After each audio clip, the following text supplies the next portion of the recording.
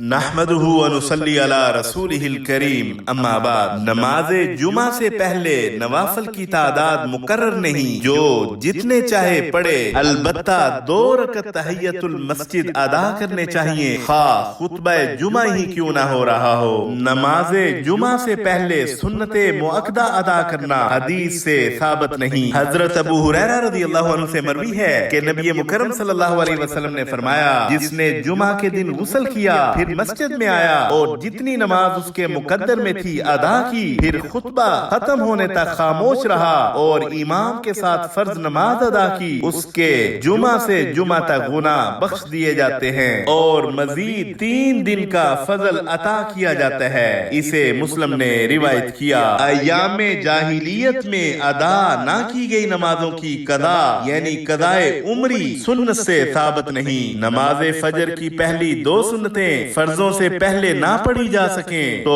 فرضوں کے بعد یا سورج نکلنے کے بعد ادا کرنی چاہیے۔ حضرت قیس بن عمر رضی اللہ عنہ سے مروی ہے، نبی مکرم صلی اللہ علیہ وسلم نے ایک آدمی کو صبح کی نماز کے بعد 2 رکعتیں پڑھتے دیکھا تو فرمایا، صبح کی نماز تو 2 رکعت ہے۔ اس آدمی نے جواب دیا، میں نے فرض نماز سے پہلے کی 2 رکعتیں نہیں پڑھی تھی، لہذا وہ اب پڑھی ہیں۔ رسول اللہ صلی اللہ علیہ وسلم یہ جواب سن کر خاموش ہو گئے، یعنی اس کی اجازت دے دی۔ اسے ابو داؤد اور ترمذی نے روایت کیا۔ حضرت ابو ہریرہ رضی اللہ عنہ فرماتے ہیں، رسول اللہ صلی اللہ علیہ وسلم نے ارشاد فرمایا، جس نے فجر کی سنتیں نہ پڑھی ہوں وہ سورج نکلنے کے بعد پڑھ لے۔ اسے ترمذی نے روایت کیا۔